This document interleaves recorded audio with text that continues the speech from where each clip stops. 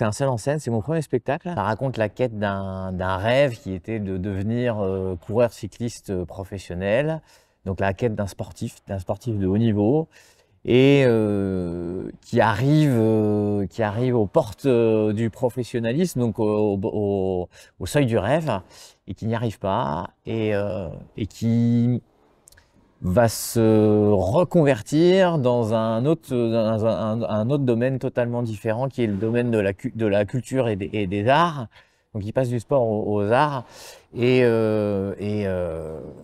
qui va retrouver les mêmes sensations et la même quête, qui est la quête de l'état de grâce. Henri Pélissier, dit le tonton flingueur, est en train de rentrer sur la tête de course. Victime d'une crevaison au kilomètre 123, il a réparé son boyau avec du fil et une aiguille. Le propos est celui-ci, c'est-à-dire je trouve qu'il n'y a aucune différence entre le sport et la culture, ou entre les sportifs et les artistes. C'est la même quête, c'est la fameuse quête de l'état de grâce. Et je trouve qu'on est quand même dans un monde qui est de plus en plus clivé, et je trouvais important de témoigner avec un récit personnel que c'était possible en fait de changer de communauté, de culture, de passer de la culture sportive à la culture artistique. Dans chaque parcours de sportif, je trouve, il y a une dramaturgie qui est très cinématographique, où il y a une vraie dramaturgie dans le parcours de sportif. Le sport a une dramaturgie. Et c'est aussi ça que je voulais raconter dans ce spectacle, c'est qu'il y a... le sport n'est pas qu'une performance ou un résultat, il y a toute une histoire, il y a un récit de match, il y a un récit de course de cycliste, et il y a une histoire. Et une course de vélo, quelque part, c'est une histoire. Alors je vais te donner un maillot et deux cuissards bleus, couleur du club, avec nos partenaires, le restaurant indien Le Rajput, disponible de la paix Agex, les travaux publics Navafa, joignable 24 h sur 24 au 04 50 20 18 56, et je suis en pourparlers avec la maison Casseblin. C'est un spectacle qui est beaucoup sur la transmission en fait.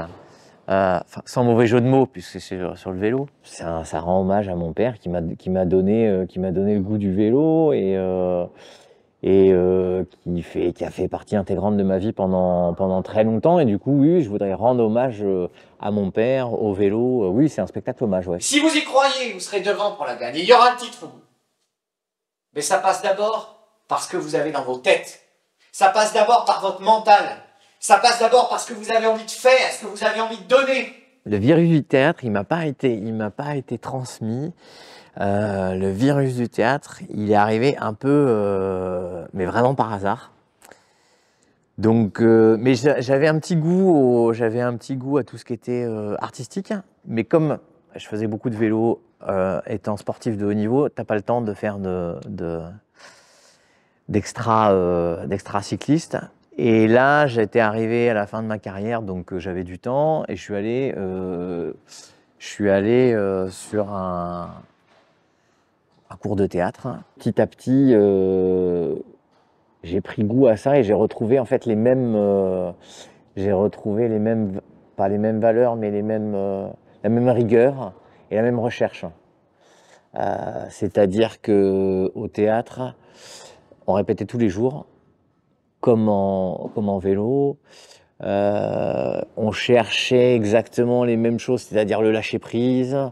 Alors la performance chez les théâtreux est un mot banni, mais quelque part il y a ça, à un moment donné, on a une quête de vérité d'un personnage, on va chercher un sentiment au fond de soi-même. Et je retrouvais les mêmes choses qu'en vélo, où j'allais au fond de moi-même pour appuyer sur les pédales. Donc il fallait vraiment sortir, il fallait sortir ses tripes sur le plateau comme en vélo.